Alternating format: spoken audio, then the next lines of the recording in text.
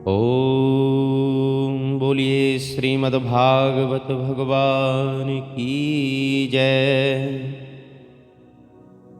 बोलिए श्री सद्गुरुदेव भगवान की जय।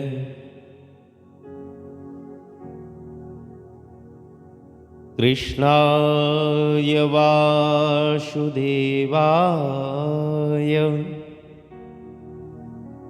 हरे परमात्मने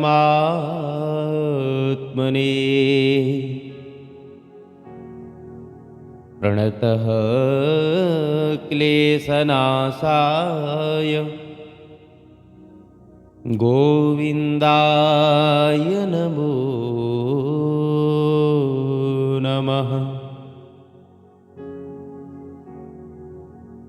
नारायणं नमस्कृत्य नरं चैव नरोत्तमं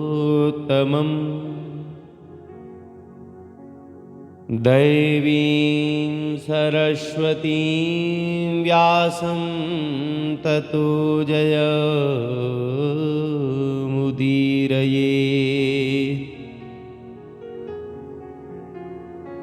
ओम बोलिए श्री सच्चिदानंद भगवान की जय। नारायण। प्रातः स्मरणीय अर्चनीय वंदनीय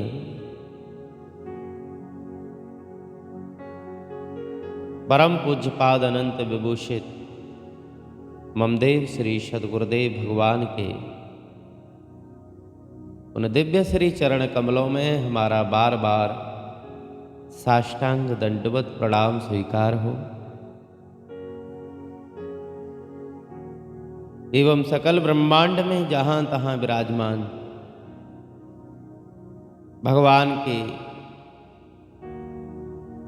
इस अमृतमयी कथा का श्रवण करने वाले सभी भक्तजनों को हम हृदय से बार बार प्रणाम करते हैं, उनका अभिनंदन करते हैं।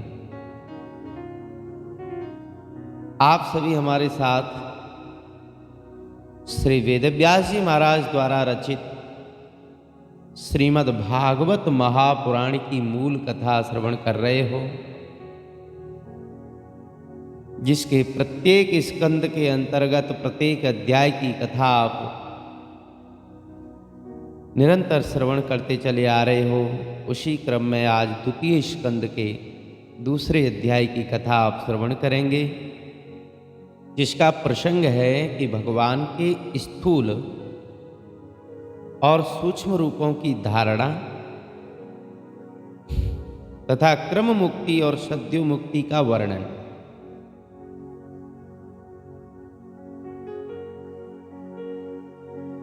श्री सुखदेव जी भगवान कहते हैं कि राजन परीक्षित, सृष्टि के प्रारंभ में ब्रह्मा जी ने इसी धारणा के द्वारा प्रसन्न हुए भगवान से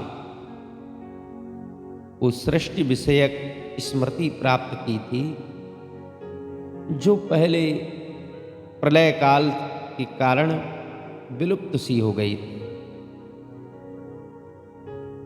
और इससे उनकी दृष्टि अमोघ और बुद्धि निश्चयात्मका हो गई। तो उन्होंने इस जगत को वैसे ही रचा जैसा कि प्रलय के पहले था।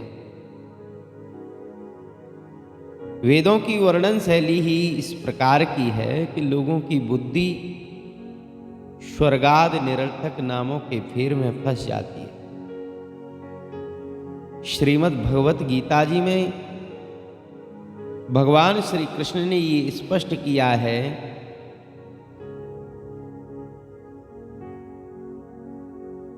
कि ये जो वेदों की शकाम विधि का वर्णन है, जहाँ कि ये यज्ञ करो तो आपको स्वर्ग की प्राप्ति हो जाएगी, अमुक अनुष्ठान करो तो आपको मरलोक की प्राप्ति हो जाएगी, अमुक अनुष्ठान करो तो आपको ये प्राप्ति हो जाएगी।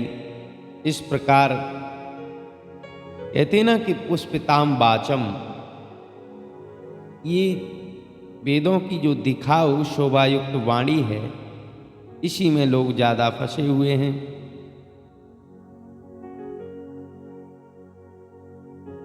जीव वहां सुख की वासना से स्वप्न सा देखता हुआ भटकने लगता है, किंतु उन मायामय लोकों में कहीं भी उसे सच्चे सुख की प्राप्ति नहीं होती है।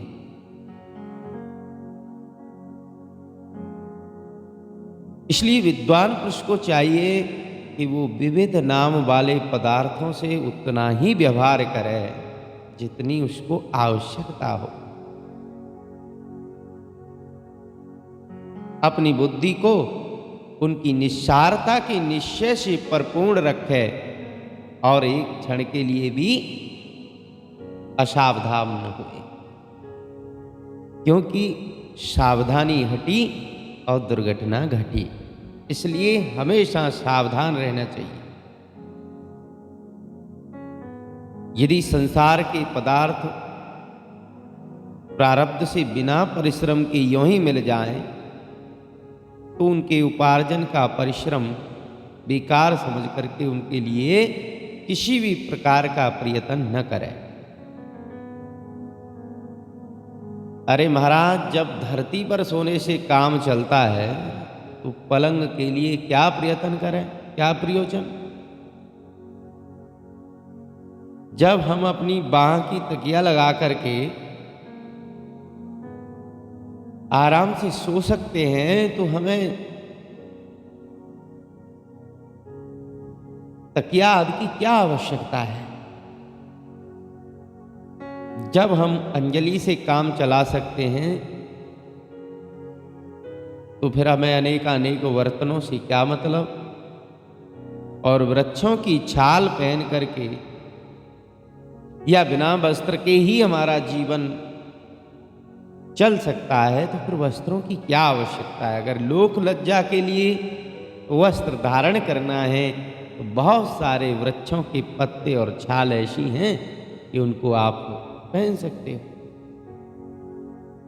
अच्छा चलो, कपड़ा ही पहनता है तो क्या आपको धन से कपड़ा खरीदने की आवश्यकता है।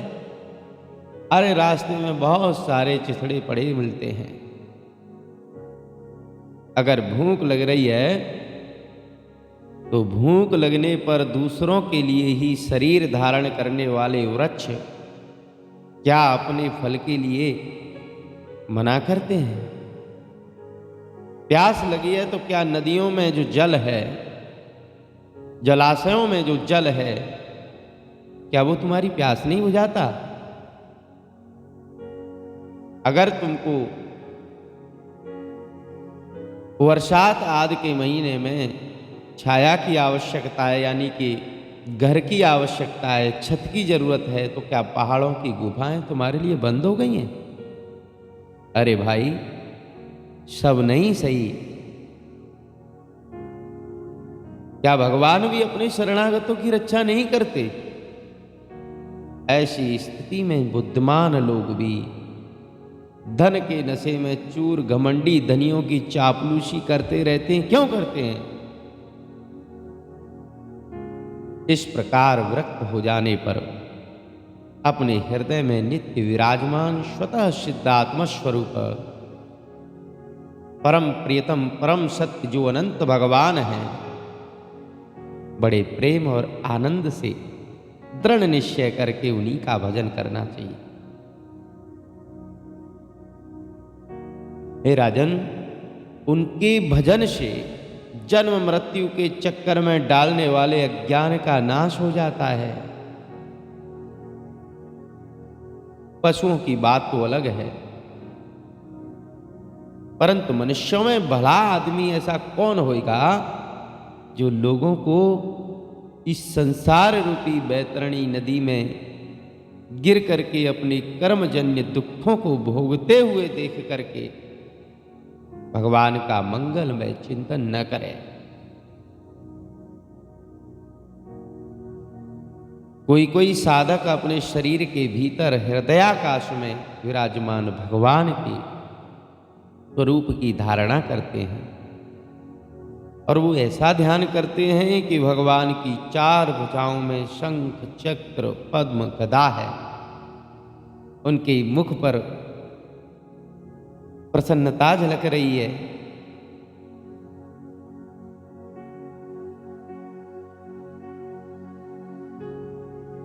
कमल के समान विशाल और कोमल नेत्र हैं, कदम के फूल की केसर के समान पीला वस्त्र धारण किए हुए हैं और भुजाओं में श्रेष्ठ रत्नों से जड़े हुए सोने के बाजूबंद शोभायमान हो रहे हैं। सिर पर बड़ा ही सुंदर मुकुट, कानों में कुंडल हैं और जिनमें जड़े हुए बहुमूल्य रत्न जगमगा रहे हैं। उनके चरण कमल योगेश्वरों के खिले हुए हृदय कमल की कर्णिका पर विराजित हैं। उनके हृदय पर श्री वत्स का चिन्ह है, गले में कौस्तुभ मणि लटक रही है और वक्षस्थल कभी न कुमलाने वाली वनमालाओं से सुशोभित हो रहा है।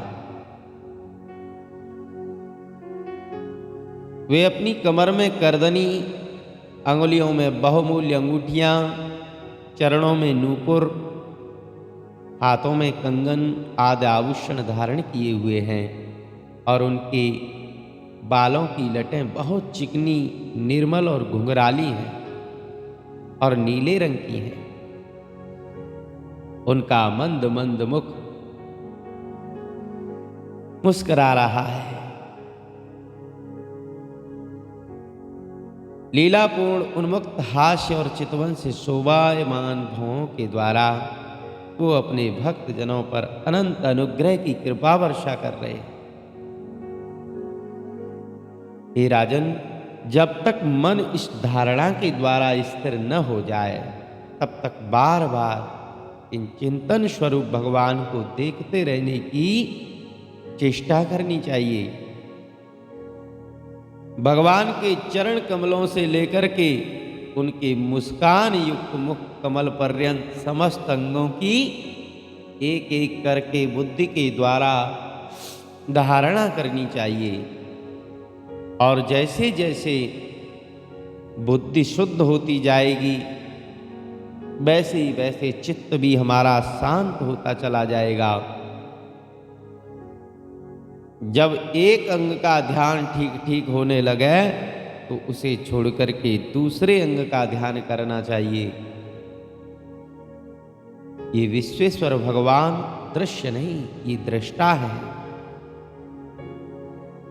सगुण निर्गुण सब कुछ इन्हीं का रूप है। जब तक इनमें अनन्य प्रेममय भक्ति योग न हो जाए, तब तक साधक को नित्य नैमित्तिक कर्मों के बाद एकाग्रता से भगवान के उपयुक्त स्थूल रूप का ही चिंतन करना चाहिए। हे राजन परीक्षित, जब योगी पुरुष इस मनुष्य लोक को छोड़ना चाहे तो देश और काल में मन को न लगावे,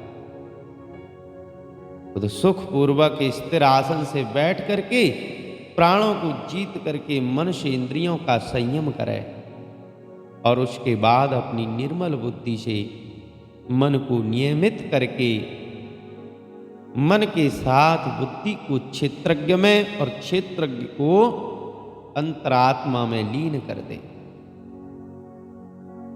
फिर अंतरात्मा को परमात्मा में लीन करके धीर पुरुष उस परम शांतिमय अवस्था में स्थित हो जाए। और देखो, फिर उसके लिए कोई कर्तव्य नहीं रहता। इस अवस्था में सत्वगुण भी नहीं रहता, तो रजोगुण और तमोगुण की तो बात ही क्या है। अहंकार, महत्त्व, प्रकृति का वहां कोई अस्तित्व नहीं। उस स्थिति में जब देवताओं के नियामक काल की भी दाल नहीं गलती, तब देवता और उनके अधीन रहने वाली प्राणी तो कैसे रह सकते हैं। योगी लोग ये नहीं इस प्रकार परमात्मा से भिन्न पदार्थों का त्याग करना चाहते हैं और शरीर और उसके संबंधी पदार्थों में आत्मबुद्धि का त्याग करके हृदय के द्वारा पद पद पर भगवान के जिस परम पूज्य स्वरूप का आलिंगन करते हुए अनन्य प्रेम से परिपूर्ण रहते हैं, वही भगवान विष्णु का परम पद है। इस विषय में समस्त शास्त्रों की सम्मति ही यही है।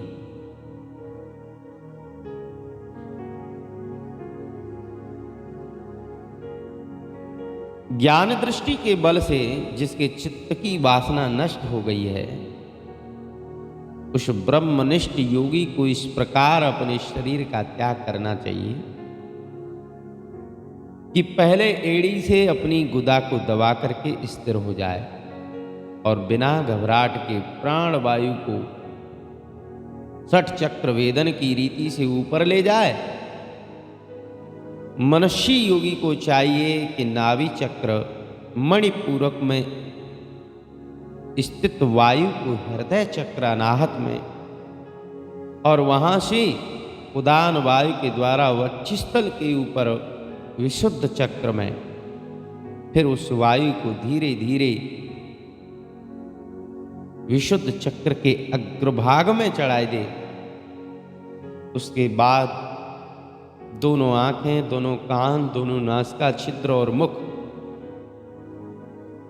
इन सातों छिद्रों को रोक करके उस तालु मूल में स्थित वायु को भौं के बीच आज्ञा चक्र में ले जावे।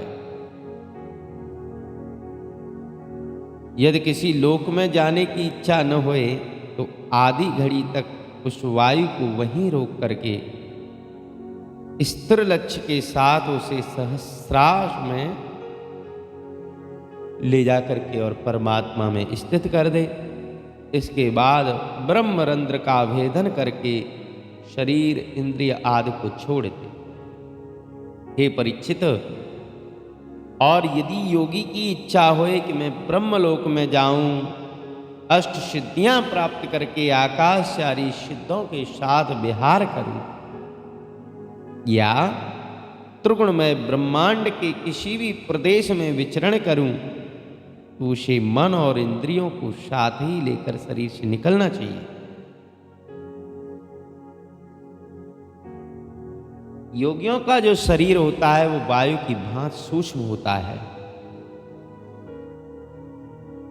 उपासना, तपस्या, योग और ज्ञान का सेवन करने वाले योगियों को तीनों लोकों के बाहर और भीतर सब जगह स्वच्छंद रूप से विचरण करने का अधिकार होता है। केवल कर्मों के द्वारा इस प्रकार बेरोक टोक रोक विचरना नहीं हो सकता। हे परीक्षित, योगी ज्योतिर्मय मार्ग सुषुम्ना के द्वारा जब ब्रह्मलोक के लिए प्रस्थान करता है तो पहले वो आकाश मार्ग से अग्निलोक में जाता है। वहां उसके बचे कुचे मल भी जल करके भस्म हो जाते।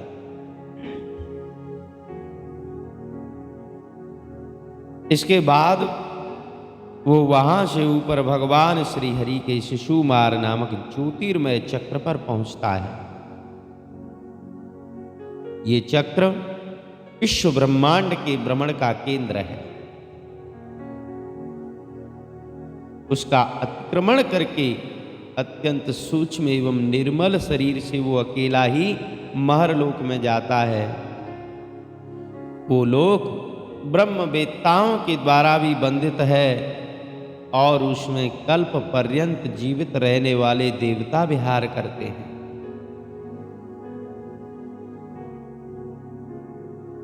फिर जब प्रलय का समय आता है तो नीचे के लोकों को शेष के मुख से निकलती हुई आग के द्वारा भस्म होते हुए देख वो ब्रह्मलोक में चला जाता है।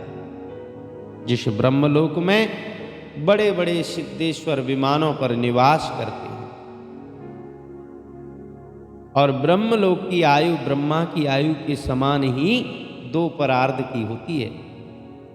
ये राजन, वहां न शोक है, न दुख है, न बुढ़ापा है, न मृत्यु है। फिर वहां किसी प्रकार का उद्वेग या भय तो हो ही कैसे सकता है। वहां यदि दुख है तो केवल एक बात का, तो वो यही इस परम पद को न जानने वाले लोगों के जन्म मृत्यु में अत्यंत घोर संकटों को देख करके दयावश वहां के लोगों के मन में बड़ी व्यथा होती है। सत्यलोक में पहुंचने के बाद वो योगी निर्भय होकर के अपने सूक्ष्म शरीर को धरती से मिला देता है और फिर 7 आवरणों का भेदन करता है।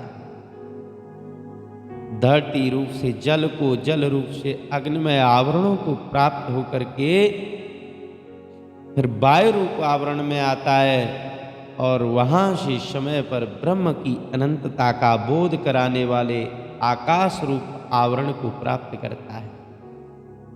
इस प्रकार स्थूल आवरणों को पार करते समय उसकी इंद्रियां भी अपने सूक्ष्म अधिष्ठान में लीन हो जाती हैं। घ्राणेन्द्रिय गंध तन मात्रा में, रसना रस तन मात्रा में, नेत्र रूप तन मात्रा में, त्वचा स्पर्श तन मात्रा में और श्रोत्र शब्द तन मात्रा में। कर्म इंद्रियां अपनी अपनी क्रिया शक्ति में मिलकर अपने अपने सूक्ष्म स्वरूप को प्राप्त हो जाती है। इस प्रकार योगी पंचभूतों के स्थूल सूक्ष्म आवरणों को पार करके अहंकार में प्रवेश करता है। वहां सूक्ष्म भूतों को तामस अहंकार में, इंद्रियों को राजस में, मन को इंद्रियों के अधिष्ठाता देवताओं को, इंद्रियों के अधिष्ठाता देवताओं को सात्विक अहंकार में लीन कर देता है। इसके बाद अहंकार के सहित लय रूप गति के द्वारा महतत्व में प्रवेश करके अंत में समस्त गुणों के लय स्थान प्रकृति रूप आवरण में जा मिलता है। हे परीक्षित, महाप्रलय के समय प्रकृति रूप आवरण का भी लय हो जाने पर वो योगी स्वयं आनंद स्वरूप होकर के अपनी उस निरावरण रूप से आनंद स्वरूप शांत परमात्मा को प्राप्त हो जाता है। जिसे से भगवानमयी गति की प्राप्ति हो जाती है उसे फिर इस संसार में नहीं आना पड़ता। हे परीक्षित, तुमने जो पूछा था उसके उत्तर में मैंने वेदोक्त द्विध सनातन मार्ग यानी 2 प्रकार के जो सनातन मार्ग हैं, सद्यो मुक्ति और क्रम मुक्ति, दोनों का तुमसे वर्णन किया। तो पहले ब्रह्मा जी ने भगवान वासुदेव की आराधना करके उनसे जब ये प्रश्न किया था तो उन्होंने उत्तर में इन्हीं 2 मार्गों की बात ब्रह्मा जी से बताई। न यातु अन्य शिव पंथा विशतः संसृता वेह वासुदेवे भगवते भक्ति योगो यतो भवेत। संसार चक्र में पड़े हुए मनुष्य के लिए जिस साधन के द्वारा उसे भगवान श्री कृष्ण की अनन्य प्रेममयी भक्ति प्राप्त हो जाए, उसके अलावा और कोई दूसरा कल्याणकारी मार्ग है ही नहीं।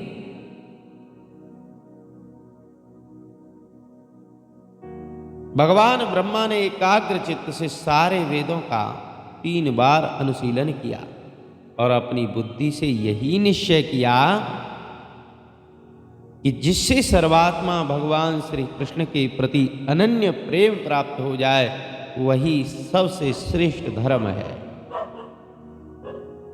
समस्त चर अचर प्राणियों में उनके आत्म रूप से भगवान श्री कृष्ण ही लक्षित होते हैं, क्योंकि ये बुद्धि आदि दृश्य पदार्थ का अनुमान कराने वाले लक्षण हैं। वे इन सब के साक्षी एकमात्र दृष्टा हैं। हे राजन परीक्षित, इसलिए मनुष्य को चाहिए तस्मात् सर्वात्मना राजन हरिः सर्वत्र सर्वदा श्रोतव्यः कीर्तव्यस्य स्मर्तव्यो भगवान नृणाम्। पिबन्ति ये भगवत आत्मनः सताम कथामृतम श्रवणपुटेषु संवृतम पुनन्ति ते विषय विदूषिताशयम् व्रजन्ति तच्चरण सरोरुहान्तिकम्।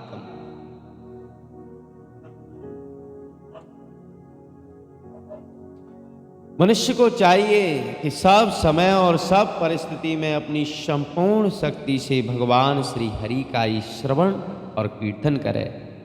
हे राजन, संत पुरुष आत्मस्वरूप भगवान की कथा का मधुर अमृत बांटते ही रहते हैं, और जो अपने कान के दोनों में भर भर करके उनका पान करते हैं, उनके हृदय से विषयों का विषैला प्रभाव नष्ट हो जाता है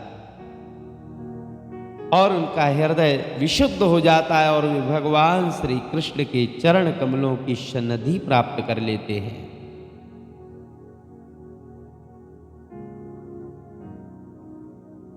तेषां सतत युक्तानां भजतां प्रीति पूर्वकं ददाम बुद्धि योगम तम येन माम उपयांते। जो सतत निरंतर भगवान के भजन ध्यान स्मरण में लगे रहते हैं, उनके हृदय में भगवान स्वयं ही प्रकाश कर देते हैं। ददाम बुद्धि योग, जो बुद्धि योग है, जो समत्व योग है, जिसको कहते हैं सम बुद्धि योग, वो भगवान स्वयं ही दे देते हैं। तो इस प्रकार आप सभी भक्तजन हमारे साथ श्रीमद् भागवत महापुराण की मूल कथा की श्रवण कर रहे थे, जिसमें द्वितीय स्कंद के दूसरे अध्याय का आपने श्रवण किया। इसी के साथ आप सभी से हम विदा लेते हैं और निवेदन करते हैं कि आप हमारे इस YouTube चैनल को सब्सक्राइब कर लें, वीडियो को लाइक कर दें और दूसरे भक्तों के पास वीडियो शेयर भी कर दें। कोई सुझाव हो तो कमेंट के माध्यम से हमें अवगत करावें। बोलिए श्री सच्चिदानंद भगवान की जय।